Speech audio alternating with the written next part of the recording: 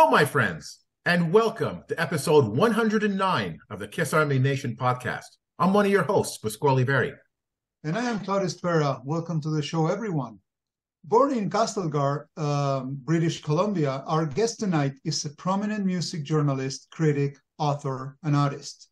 At approximately 7,900, with over 7,000 appearing in his books, he has unofficially written more record reviews than anybody in the history of music, writing across all genres.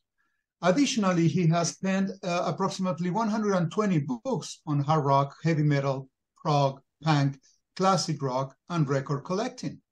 The good news is, for Kiss fans, a new Kiss book, Kiss at 50, is in the works and soon to be released, and we can't be happier. Martin has so many past, ongoing, and future projects that we can't wait to get this episode going. We are really honored to have with us a special guest tonight, Mr. Martin Popoff. There you go. Yes. Wicked. Thanks for having me, guys. This is very cool. Thank you so much. Thank you for being with us. So amazing to have you on the show. And like Claudio said, in the opener, you have so much going on, so many projects under your belt. It's really incredible. We can't wait to get into it more on this episode tonight. But before we do that, Martin, tell our listeners, who exactly is Martin Popoff? What can you tell us about yourself? Well, let's see. I guess I just turned into a crazy music fan at sort of 9 years old, 8 years old, 10 years old, 1972, 73. So yeah, just, I guess a lot of us through school, we just become uncommon fans of something. And then sometimes you end up in that field. It took me a long time. I did a BA in English and an MBA, and I worked for Xerox for a little bit, and we had our own company in the 2000s. But, right around 1993, I self-published my first book, and then 94, I got involved with Tim Henderson and Brave Words and Bloody Knuckles. And so I was doing that part-time from 94 up until 2000. 2000, I just said, okay, let's just go full-time into the music stuff. And so I guess it's been 23 years of full-time. And so, it sounds like I've written a lot of books, but it's when it's your full-time job, like most of the guys that do these rock books, it's not their full-time job, and that's why they're not getting as much stuff out. But it is really my full-time job. So along the way, yeah, we had the magazine, worked for Banger Films a little bit along the way as well. Liner notes and lots of reviews, as you said there. But yeah, my favorite thing has always been doing those books because they've got like an evergreen quality to them. You get them done, they're sitting there, with a magazine with Tim, it was always like, okay, we just did it again. Now we have to do it all over again 2 months later, sort of thing. Right. Mm-hmm. So yeah, just ended up as a rock journalist full-time, basically starting around 2000. And by that point I was already 37 years old. So. Mm-hmm. Okay. No, you said you've been doing this as a full-time job and you've written a lot of books, but it's not as easy as it sounds. I mean, the amount of work and dedication that goes into writing these books and the research and all of that is just an incredible feat. So, being a seasoned writer now, it might get easier, but tell us a little bit about maybe your early years in journalism and writing. What was it like when you first started? Yeah, so I was just a fan all along, and I never thought I would end up doing any of this. But I decided one day, because our little company that we were just like a work out of home, we had one employee and there were two of us. So we were a desktop publishing print broking company. Desktop publishing, they don't even use that word anymore. But basically, because of that, we felt comfortable with the idea of what it takes to put together a book. And I thought, okay, I'll do a self-published book. And I did a self-published book of record reviews. Riff Kills Man, 25 years of recorded hard rock and heavy metal, is like 1,900 record reviews. And the whole idea there was, there were all these stories and connections between bands and, chronologies and greatest hits albums and everything. So I just wanted to get all that organizational stuff out of my head and onto paper. So yeah, first one was a self-published book. So that was 93. 97, that book came out expanded through a publisher. But 94 is when I got on with Tim. And that's when, we got on, we started interviewing bands heavily. So I couldn't have done these books without being a rock journalist, also interviewing bands regularly. If you don't have the interviews, there's no point doing any books of certain types or whatever, right? So, so yeah, my very first, ones that were actual biographies would have been the likes of like Deep Purple and Bluish Occult. They weren't very good, but the fact of the matter is, I only did them after I had 20 interviews with these guys, right? So I wanted to bring something to the table, besides just cut and pasting from other people's work. And that kind of kicks it off. So yeah, so once you got the interviews going, you're part of it. Either you're full-time or part-time, but once you've got those interviews, you've got the stuff that's going to chew up that word count and turn it into a book. All right. So, Martin, if my memory serves me well, I think we had the pleasure to meet at the Rock and Con event in London, Ontario. I think it was back in 2018. And I remember going to your booth, and we had such a kind and long conversation. And I was so impressed by the quality and quantity of books that you were showcasing. It might sound that it's the same question that Pasquale asked you before, but I want to concentrate on what was the spark that basically ignited your desire to start writing books on hard rock, heavy metal, prog, punk, etc.? So what was it that he says, this is my thing? Yeah, I'd say, one of the interesting things is that back then there just really wasn't that much on the field, right? So I thought, and come to think of it, I always liked those Robert Christgau record review books and the Rolling Stone anthologies. So there were anthologies and stuff. This is pre-internet. Remember, the internet starts basically around 96. So I did that with no internet. And then we started the magazine with no internet. And then the internet comes on, right? And then slowly there's more information out there. But yeah, it was just to have all of that information. It's like, how cool would it be to see, a whole bunch of, reviews of Hawkwind albums or Last Crack albums or Testament albums in a book, because no one had ever done it before, right? So it was just to say, okay, pour out all this insane knowledge we gather in our heads and we forget it all, and put it between a bunch of pages and say, look, if all of us forget what it is, we could just open the book and look at it. So that's very satisfying to just put everything in order in a nice structured place. Okay. And just to get to know you more, we were chatting with Pasca when we came up with the questions, and we were thinking, let's ask Martin, what were your favorite bands early on? And second question, what was your first exposure to Kiss? Yeah, so my favorite bands early on would have been, very early on, I would have heard Led Zeppelin, I think, first, maybe from older cousins or the older brother of a buddy of mine who was also a super, super music fan. There were two of us in town, just a small town in BC, right? 10,000 people, trail smoke eaters and all that, right? But the place where we could get music, well, I mean, we had 4 or 5 record stores, and I actually even worked at one through I worked at 2 different ones. It's like fate almost, right? But the place where we had pretty ample supply of records, but we would go to Spokane, Washington, which was 2 hours south, or to Vancouver, on family trips, which would be 7 hours to the coast.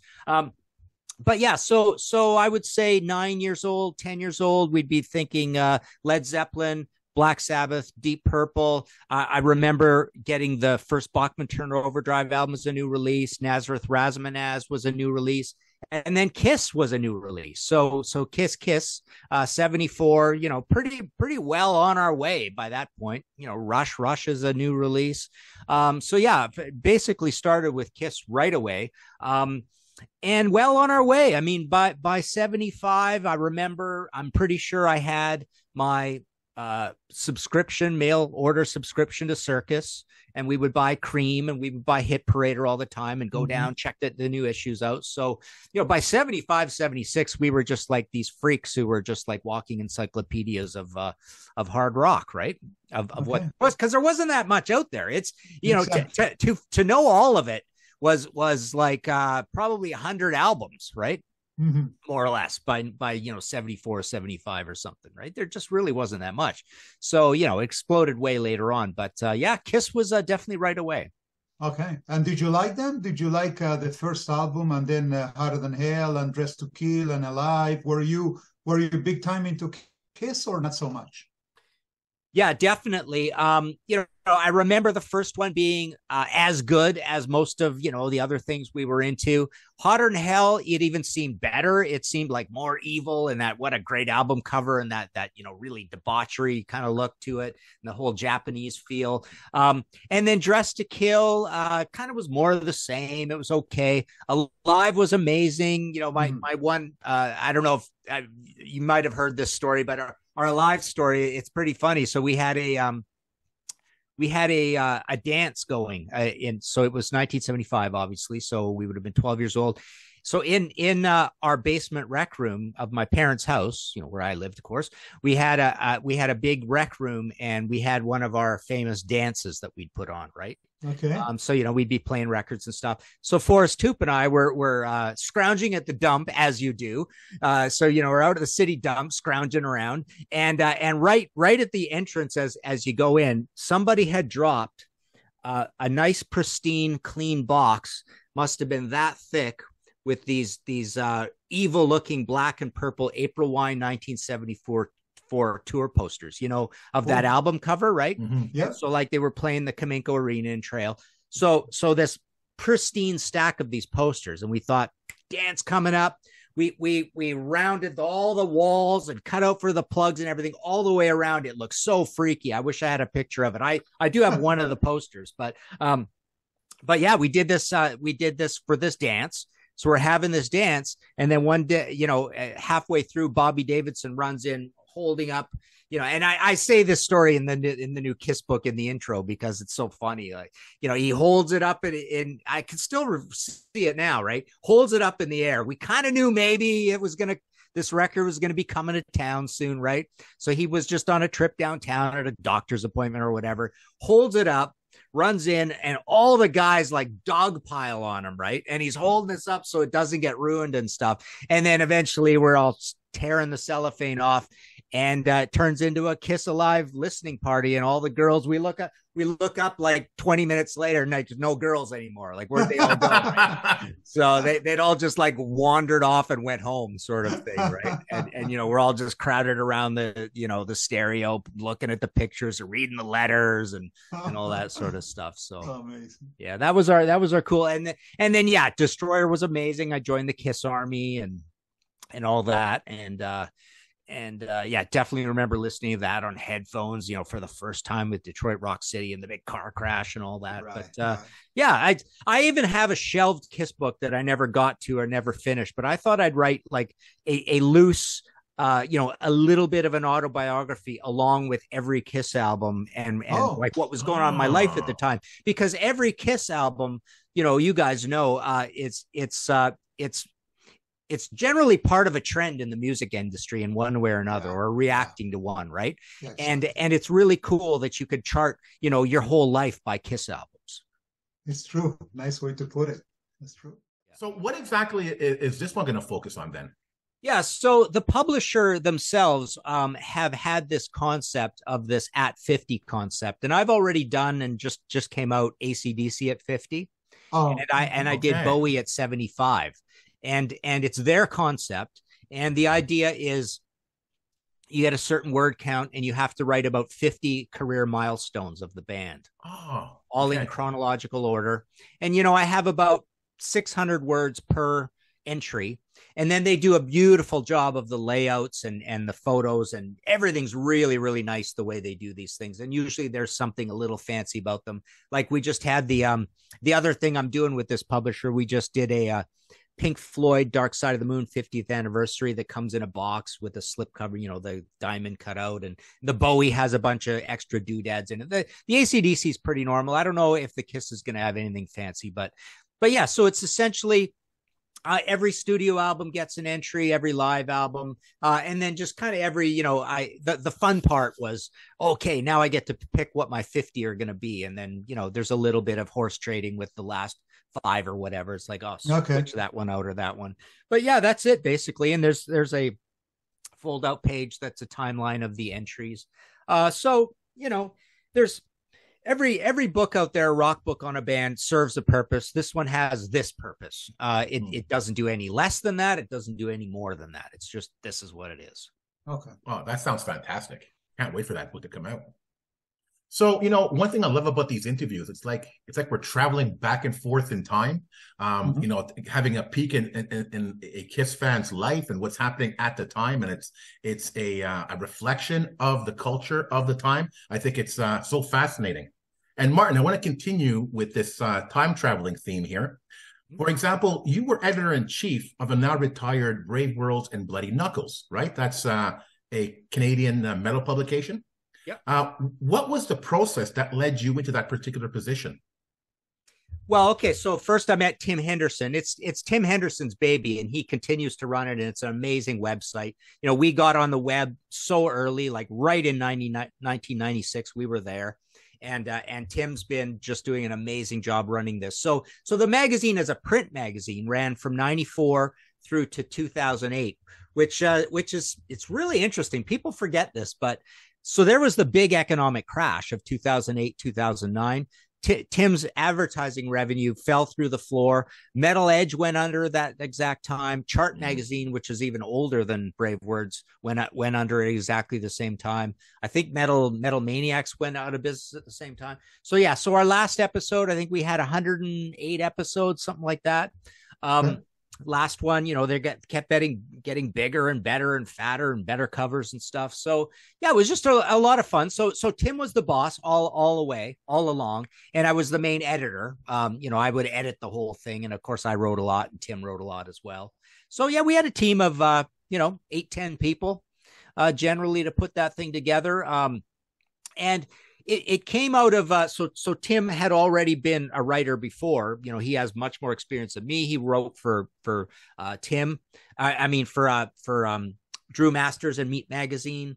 And I think he wrote a little bit for Metallion. But the main thing is he was the guy running the heavy metal department at the flagship HMV at, Young and Dundas, right? So he ran this awesome, just rocking, how great CD sales used to be in the day, right? So he got straight out of university and went in there and ran this great retail empire, the best place to buy new release heavy metal. And so he started that off, and he just thought, the first one was called Timbits, and then it just got bigger and bigger as time went on, and yeah, became just a very cool magazine. But frankly, I would say now, what he's accomplished with the website has eclipsed anything we ever did with the print mag. Mm-hmm. Now, generally speaking, and this question could be an episode in itself. What can you tell us about your contributions to publications like? And there are a lot of them, Revolver, Guitar World, Goldmine, Record Collector, BraveWorlds.com, Lollipop.com, Hard Radio. What were your contributions in some of those? Well, along the way, most rock journalists, when there was much more of a business, there was print, there was physical CD sales, right. There were, you would get sent so many CDs all the time. So there was a thriving industry, right? So all along the way, on the side, I would write little bits for all those other places. I mean, Brave Words was my main one, but I wrote a lot for Goldmine. That was another big one. But I would do like liner notes and bios. Remember the bios that came with albums? The one or two pagers. I mean, that was a little job that you got quite regularly, right? So there was that kind of thing as well. So every journalist. There was really pretty rare that anybody would say anything about you got to be exclusive to here or whatever. I never heard it. Okay. So everybody just took whatever little jobs they could get. Mm-hmm. Okay. Hey, and Martin, now going back to writing reviews, you've written so many great reviews on some awesome bands, legendary bands and artists. That's not an easy task. So, the question that we wanted to ask you is, how do you choose which album to review? Is it based on your personal taste or more about the music trend, what's going on at the moment? Do you know which artists are more popular? How do you pick? By which record labels are buying ads. I mean, that literally, you're supposed to be much more, noble than that. But you look in the New York Times or Rolling Stone or whatever. I remember flipping through Rolling Stone and going, like finding, oh, that's odd that they're reviewing that. I bet there's an ad here somewhere, and you'd flip and you'd flip and Okay. so that happens a lot. I mean, I'm not saying exclusively like that, obviously. Generally speaking, if I think back to the industry, what actually the way it worked is you had a lot of these mid-sized labels that put out lots and lots and lots of stuff all the time, right? So it was not as cynical as that, but you worked with these labels and they got ads and they put out 10 things and you'd review 3 or 4 of them. And we'd get into a lot of trouble because we'd be brutally honest when we didn't like something, right? And get in a lot of trouble and stuff. But of course, you have to review all the things you think the readers want to read about and all the big releases and the things that you love and you really have a great opinion on because you've grown up with this band. So, everything happens. In Brave Words, we had indie sections where you would review indie stuff. We'd have it, broken out by black metal and hair metal and classic rock. So we'd have all the writers who would specialize in those things and we'd let them pick what they want to do. But, and then, Tim would have falling out with certain people. It worked the other way as well, where like certain people wouldn't advertise for months and months and months on end. And a writer would go, do you want me to review the new Bathory album? Right. And then it would be like, no, those guys haven't bought an ad in a year or whatever. Screw them kind of thing. So that happens too. Right. Okay. But no, just generally speaking, you want to make sure you get everything sort of covered. But if there's one thing we didn't do a lot of is you can't just start you can't just like really be doing tons and tons and tons of indie reviews, like things that are absolutely independent. I mean, it's got to be stuff that people want to read about. Mm-hmm. Do you have like a favorite genre or type of music that you like to review? Well, I mean, I think as I get older, it's like everybody kind of goes back to, for me, it would be bands from the 70s, maybe bands that started in the 70s that you've been following your whole life sort of thing. So yeah, mm-hmm. I'm really bad for that. I'm turning into even more of a classic rocker as metal gets, you need to have more and more and more knowledge, and there's more subgenres and it's heavier and heavier and stuff. I mean, I'm slowly being made obsolete. I know what I know, and I know there's tons and tons of things that I don't know. Right. So yeah, it's, I think it comes in, and once you start writing books on bands, you've written whole books on bands, you've interviewed these guys many times, they're kind of buddies, yeah. So you're interested, you have this rich, vein of knowledge, like new Deep Purple album comes out, I could talk about a new Deep Purple album authoritatively for pages, right? If I wanted to. So it's fun to write a review like that. And it's no fun to write something on something you feel intimidated by, that, there's 20 albums and you barely paid any attention to them. There are experts out there that are going to spot, that you're faking it. Right. Mm-hmm. So yeah, it's no fun writing about stuff you really have to work super, super hard to even sound like remotely smart on. Got it. And then what are some of the latest reviews that you have came up with? I review practically nothing these days. So, any record that I have out there is probably going to get broken at some point. I don't know who's breaking it. That'd be an interesting question to see who's writing so many reviews that they're going to have more than me at some point. I'm sure somebody probably already does, but no, I don't do a lot of reviews anymore. I basically, I'm heavy into the books, obviously. Mm-hmm. And then really all I do I've been doing a lot of these cool top 20 lists for Goldmine. That's something I've been doing regularly. I must have done a dozen or 20 of those already, in couple 3 a month, it seems. So those are fun. But really all I'm doing to keep my hand in it is when somebody I totally love and who's a legend and is super famous and I really want to talk to them, even if, it might be the 5th time or whatever. So you'll see me interviewing guys, not even that often. I mean, it might be 6 or 10 times a year now, right? Okay. It's really not that often. Okay. But in the old days of Brave Words, it was like, you were doing an interview 3 times a week, basically, right? Oh, well. Yeah. I want to go back to what you said earlier about, being intimidated by some of the bands because they have such a rich history. You might not know the history very well. And, Claudio and I were talking, and I love what Claudio said. He called what you do a superpower, right? Writing these biographies of notable metal bands like, Black Sabbath, Whitesnake, Dio, Judas Priest. So it begs the question, how much research goes into gathering accurate information to write about such legendary bands and not be so intimidated? Well, I'm not intimidated because these are bands I've grown up with big time, right? So if I'm going to write a book on a band, I'm probably not intimidated. But so number one, I've interviewed them 20, 30, 40 times, right? Or various people connected to the story, right? I have all the albums. I have other books by them. I've got piles of magazines. I've got the internet, right?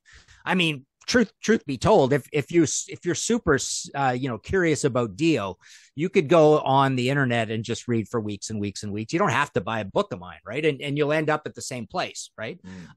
So there's lots and lots of information out there. Something I have done quite a bit recently is because I've done these really cool books where I've gotten to write reviews of every single song by Led Zeppelin, Clash, and now I've done one on The Damned. I really like the idea of, okay, so yeah, these books are okay. So I've got all the interview stuff. I'm going to review it a little bit as well. And I'm going to super analyze it. I'm going to do some things that I don't see other people do in rock books as much because it gets me off doing this. So I'm going to talk about the album cover art and the production and the lyrics, and a little bit about the tour and maybe the set list. So, I feel like, I had a bit of a goal when I started doing this I used to hate when I'd read a rock biography, right? And it's like, you get up to your favorite album finally after 100 pages and then boom, 2 pages later, it's gone, right? The writer didn't care about it really to talk about it, right? It's like, didn't talk about many of the songs at all on the album. It's like, oh, so now we're back to the road stories or whatever, right? Okay. So that always kind of bugged me. So yeah, that's another thing I tend to do is I kind of make sure I talk about every single song on every album as we go along, right? So yeah, there's just a lot of sources all out there. You synthesize stuff and quote from things and a little bit. So yeah, you've got the outside press, your own review stuff, and boom, pretty soon you have a book. A book is about 80,000 words, basically. When you've got 80,000 words, you've got a book. Okay. For myself, being a passionate Kiss fan, I find it's hard to be objective about the band, especially when I talk about the band with someone who's not a fan. They take what I say with a grain of salt, right? Because I'm such a big fan. Yeah. So, writing about the music and the bands that how can you stay objective to the facts without hurting the fans or any of the members of the bands that you're writing for? Oh God, the staying objective thing. I mean, it's the funny thing about us super fans, right? Of certain bands, right? Have you guys noticed this? It's like, you're a big fan of a band, right? So you get to be them, you get to be a bigger fan, you love everything they do or whatever. Once you get over a certain part of the mountain, you find yourself listening to the voice in your head complaining about the band more than often. And then eventually you're almost like, man, did I just like complain about that album and that album and that album, and I wrote a book on them and I love this band, right? Kiss fans are a perfect example of that, right? Yeah. I mean, think about us, right? You get to be a bigger and bigger and bigger and bigger Kiss fan. The biggest Kiss fans in the world just love complaining about Kiss. And I find I'm like that with tons of bands, right? People are kind of shocked sometimes, and I hate when they actually call me out on the internet or something and say, man, I just read this book that he wrote on Rush. He doesn't seem to like Rush very much, that kind of thing, right? So yeah, it's kind of funny. So staying objective, I don't think is all that hard. I mean, we are fans of the band and we tend to like things more, but it is really funny that the deeper and deeper you get into a band, it's almost like they become less like gods to you, and you start really complaining like a bunch of old ladies about them, right? It's true. We had a discussion panel with some friends, and we normally do this as part of the Kiss Army Nation podcast project. And we were talking about that. The bigger fan you become, and then you start kind of really scratching, really, really deep. And then you end up, you find yourself, complaining for things that you couldn't have or you shouldn't, right? So it's, and with Kiss and all the stuff that it's going on, we were talking with Pask about, the drama Ace Frehley and Paul Stanley, these opinions that went on the internet. So, and I think it's hurting the band, and it's trying to divide fans, but I think it's you can't avoid it, right? Yeah, it's funny. And then us ones who can see everything somewhat, and we can complain, we get really annoyed with the fans who just don't complain about anything, right? They're just like absolutely bought into the cult sort of thing. And yeah, they're annoying in their own way too, so that's true.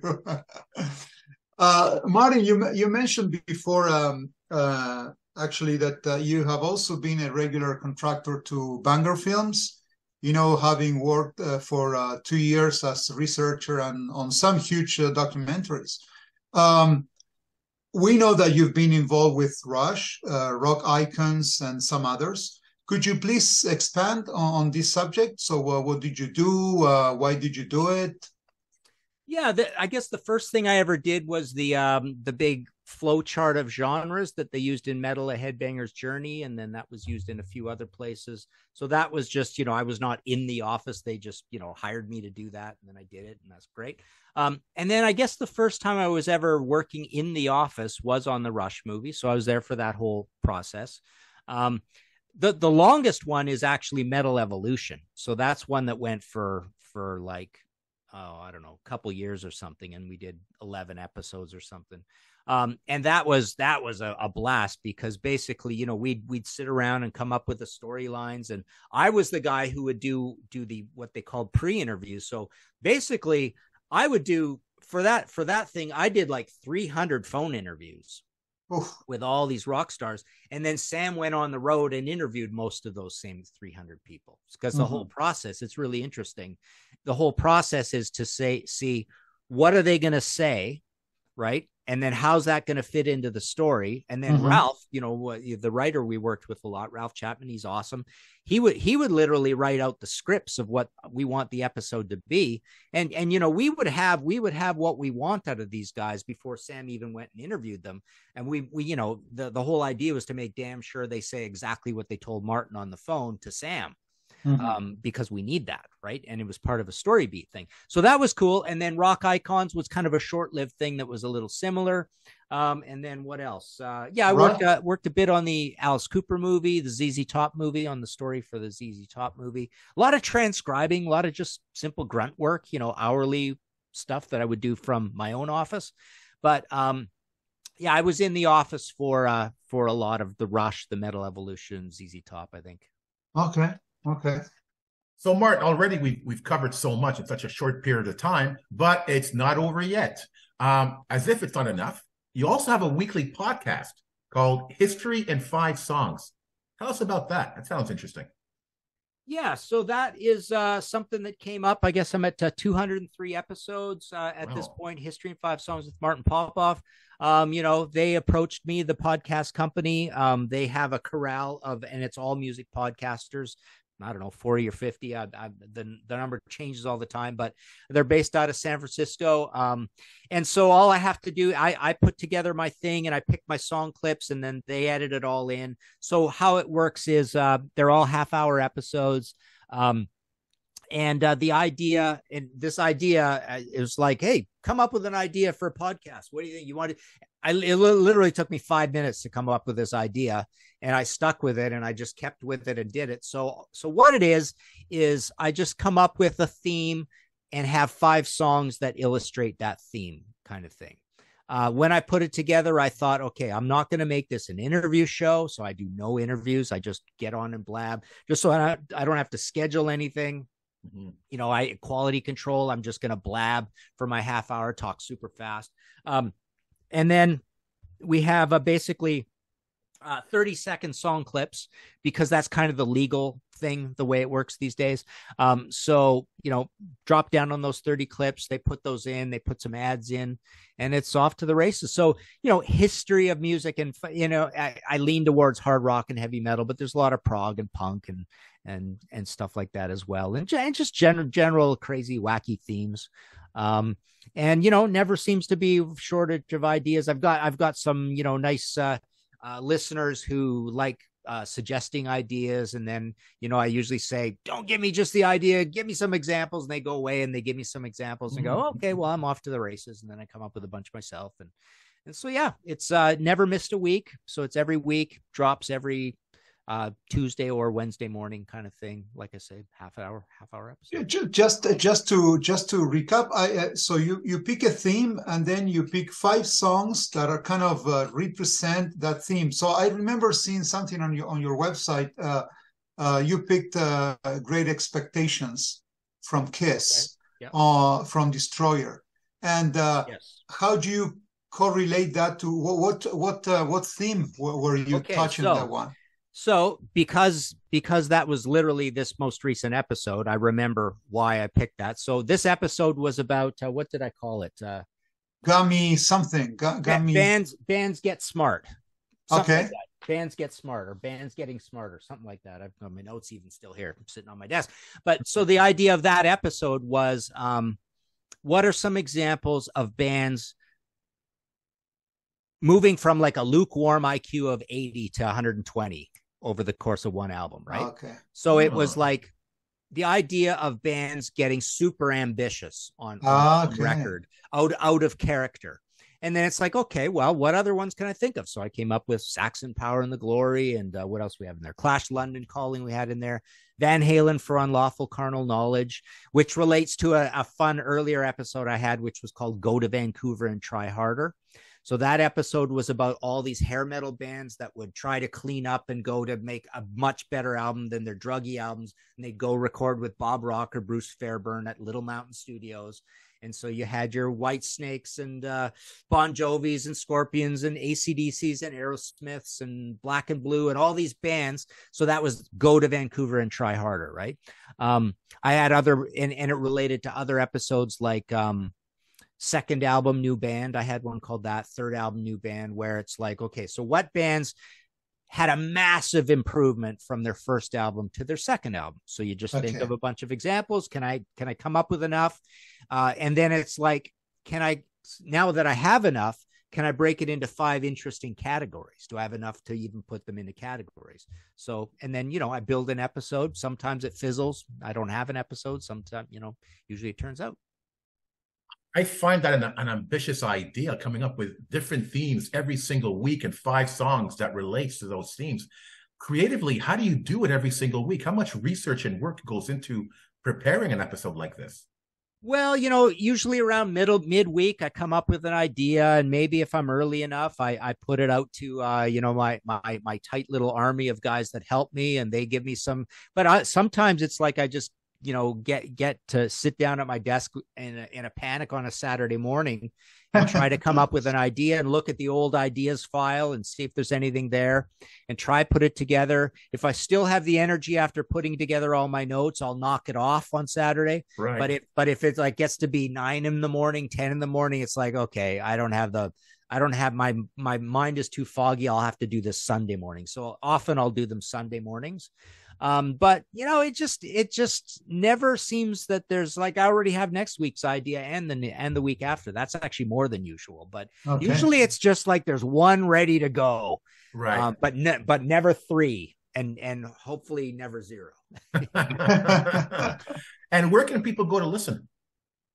Well, podcasting is such a weird world. I mean, you literally, as I say at the beginning of the show, at over 40 other podcast locations. So Amazon Music and iTunes and Spotify. And if you just Google History in 5 Songs with Martin Popoff, you'll have 20 choices, right? And the funny thing about podcasting, I don't know how any of this works, but the funny thing is you don't seem to need an account to ever listen to a podcast. You just click on it somewhere and it just starts to play, right?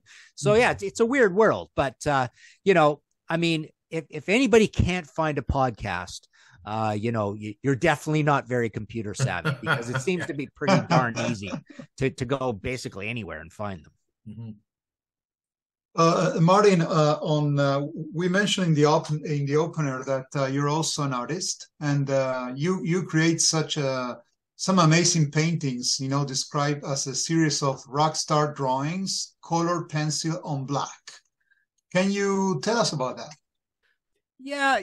So I used to actually paint big and messy and stretch my own canvases and do all this, and that was more abstract. And I even in the '90s sold a bunch of stuff. I was in a couple of galleries here and there, and then I just kind of let it drop. Ran out of room. My current situation, I don't have a place where I can make a mess.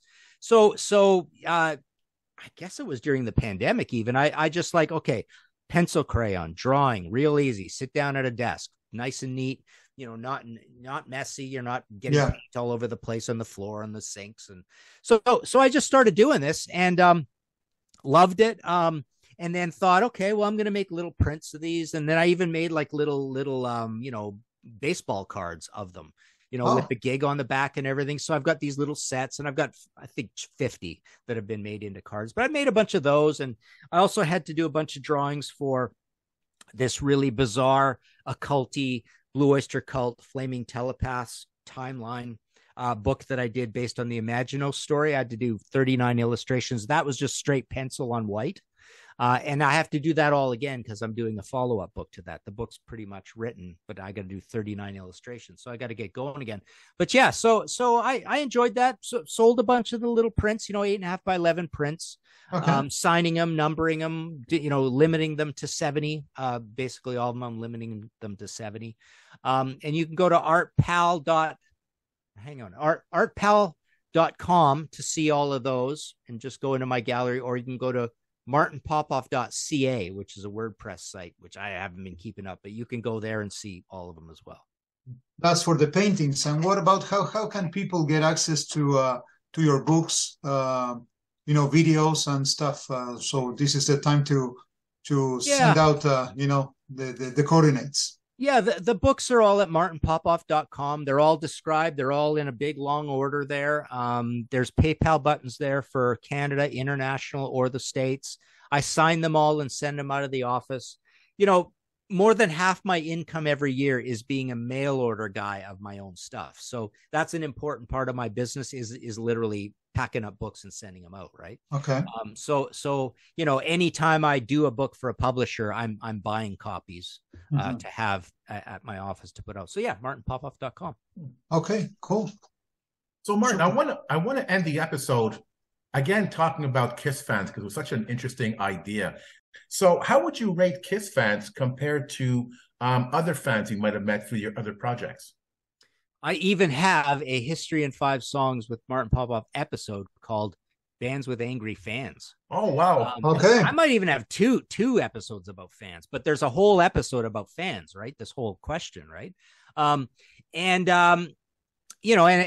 after it came out, I went on our Facebook page that I have dedicated for the podcast. People would come out and talk about fan stories and which fans are the worst and all this kind of stuff, right? And yeah, I see various mental illnesses and pathologies that you can ascribe to your Metallica fans. We know what they all argue about. Your Zeppelin fans, we know what they all argue about. Your Kiss fans, who else? Who else are some big ones?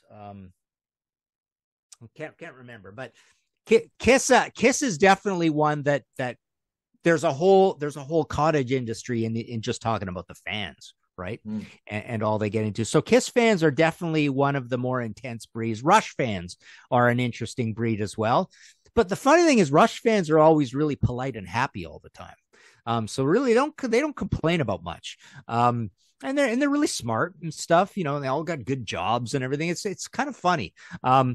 But yeah, Kiss fans, they definitely know their stuff. And, here I am coming out with a Kiss book, but fact of the matter is there's so much amazing, great Kiss scholarship in books that are the official books, plus the unofficial books. You think of those books on the solo albums and everything and all the different tours and there's great Kiss scholarship out there. So that's a really cool thing. So I don't expect, the super deep fan to get a ton out of my book.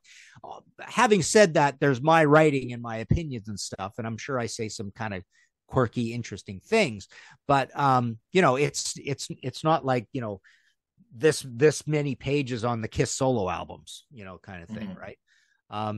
But yeah, it is pretty interesting. The Ace Frehley debates and the Peter Criss debates and they're just after our money debates and all that sort of stuff. And then which eras are good and which are bad. And, all the hate on Tommy Thayer all the time and all that. Right. So yeah, we know that there's all sorts of crazy stuff that goes on with, you just troll a little bit in any Facebook thing and you'll get some nice heat going in the discussion with something to do with Kiss every time. For sure. What's your take on Kiss wrapping up their kind of the end of the road and not touring with makeup anymore? Do you think that they will continue in some form or the other, in business, releasing stuff? Do you think is it really the end of the band or just the end of touring? Yeah, well, that's interesting. What is a band and what is a band continuing kind of thing. So they don't strike me as the kind of guys who are too serious about wanting to make new music. That's one thing. Yeah. And I would love to keep seeing Amazing Deluxe reissues. That would be cool. I don't care if they play live ever again. I don't need to see them. I'm probably not going to see them on this tour. I just don't care. Right. I'm not a big live show guy. And then of course, that's the other thing everybody's complaining about is how much fakery is going on and all that. Right. But the really interesting thing would be, I would be totally supportive of that whole idea of quietly and peacefully replacing Paul and Gene in the band. Right. And, because you still got more mileage. You can get more mileage out of Tommy and Eric. You got another 10 years on those two guys, right? On the tires, kick the old tires. And, and so if you get replacements who are like 5 years younger than them, then you leapfrog those forward. In fact, I have a whole episode of the podcast talking about this. Actually, it's a crazy ideas episode. It's a great episode. Like it's a bunch of weird ideas, but one of the ideas I remember talking about, no, actually I do have a complete episode. I have an episode called the 300th anniversary tour. That's what it's called. And it's literally the whole episode is about Kiss and Lynyrd Skynyrd and other bands going on forever, right? Allman Brothers and just replacing members as you go. And that would be really cool. So that entire episode is on this topic because I always thought that was funny about Skynyrd, right? Yeah. You just saw the guys just dying left and right. But if you make that key replacement, like you get Johnny Van Zant, who looks like Ronnie and sings like Ronnie, and he's been there a long, long time, and he's an old guy too, but he's younger than the others, and now we lose Gary, and lo and behold, Lynyrd Skynyrd is still touring without Gary. That didn't end the band, right? Yeah. And Ricky Medlock is like a super youthful looking guy, even though he's fairly old. But he's got so much energy, so he's the leader of that band, right? So yeah, I love that idea. I totally want to see that experiment go on. That's interesting. Oh, wow. Never thought of it that way. Okay, so we're wrapping up. So Martin, again, thank you so much. It's been awesome to have you. Thank you for your time. You're as we said before, superpowers, and it could be endless. Talking about your projects. So again, once more, we're so honored to have you in the show. Thank you so much. Thanks, guys. Yeah, very nice of you. Very cool. Yeah, if you want to talk Kiss when the book comes out, we can do it again. So there you go. Oh, yeah. Count on that. And I'm telling you right now, you just found a new fan for your podcast. I'm looking forward to listening to your episodes. It sounds so interesting. Yeah, thanks. Yeah, I don't know where you can see a whole list. Actually, if you go to Amazon Music, you can scroll through and see them in a nice sort of display. But I mean, they all got titles that are explanatory enough that you'll know which ones you have any interest in. So, all right, very cool. Looking forward to listening to those. So once again, thank you so much for being on the show. All right, thanks, guys. We'll talk to you later. Thank you so much. All right, see ya. To the Kiss Army, we hope you enjoyed this episode. If you have any questions, comments, or ideas, please send them to talktome@kissarmynationpodcast.com. Until the next time, remember, never stop rocking. Take care, everyone. If you enjoyed this episode, like and subscribe on YouTube or follow us on Spotify, Automatic, iHeartRadio, or wherever you listen to podcasts. Don't forget to make yourself heard. Leave us a comment on Facebook, Twitter, or Instagram. See you all soon, Kiss Army.